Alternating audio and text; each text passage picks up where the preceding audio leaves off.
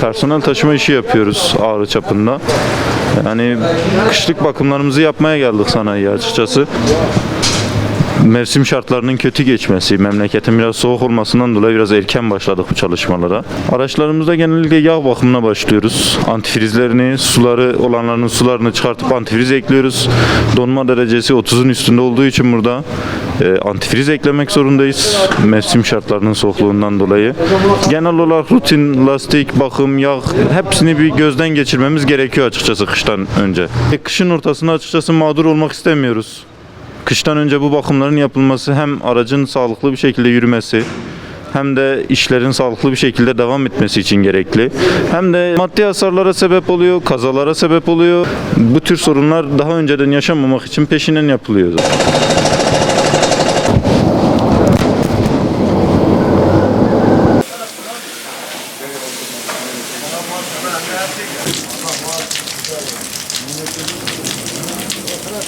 Memleketimiz kış memleketi, çok soğuk havalar var ve araçların sağlıklı olabilmesi, sağlıklı çalışabilmesi için kışlık bakımlarının yapılması gerekiyor. Bu kışlık bakımları nasıl yapıyoruz bizler?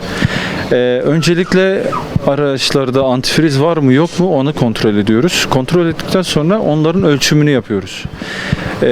Ölçtüğümüz antifrizler eğer ki kış şartlarına uygunsa, yani en az eksi 40 derecenin olması gerekiyor ki kışın donmasın. Aksi takdirde donduğu zaman aracı çalıştırdığınızda blok çatlatmasına, radyatör patlatmasına ya da hortumlara zarar vermesine sebep oluyor. Bu da çok büyük maliyetlere sebep oluyor. Aracın modeline, aracın kalitesine, aracın markasına göre değişiyor. Ama takriben 5.000 ile 15.000, 20.000'e kadar masrafı çıkıyor ki bu da çok büyük bir maliyet. Halbuki bir aracın antifriz bakımı işte 80 lira ile 150 lira arasında değişiyor.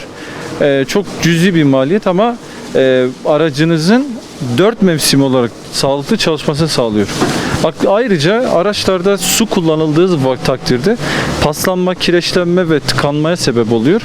Biz bunları da kontrol ederken görürsek ilaç atıp onun içini temizledikten sonra antifriz koyuyoruz.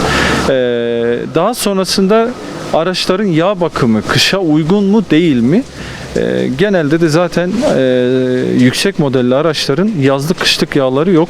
Çünkü artık teknoloji geliştikçe araçların yağ numaraları da değiştiği için eksi 50 dereceye kadar donmama özelliği var yağların. Biz onları da kontrol ediyoruz. Cam suyu antifrizde olması gerekiyor. Özellikle vatandaşlarımızın şuna dikkat etmesi gerekiyor. Antifrizleri satın alırken derecelerine dikkat etsinler. Yüksek dereceli antifriz kullansınlar. Cam suyu, özellikle marketlerde satılan cam suyların üzerinde dereceleri düşüktür yazar. Yani eksi 30, eksi 20 ya da eksi 25.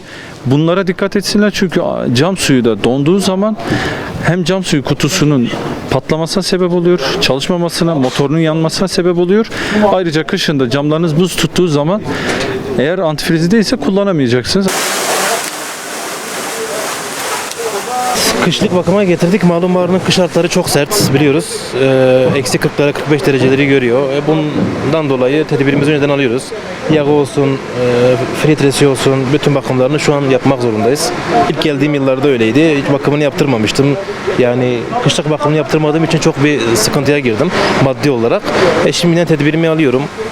Umarım inşallah her şey istediğim gibi olur. Pek fazla masraf çıkmaz bize.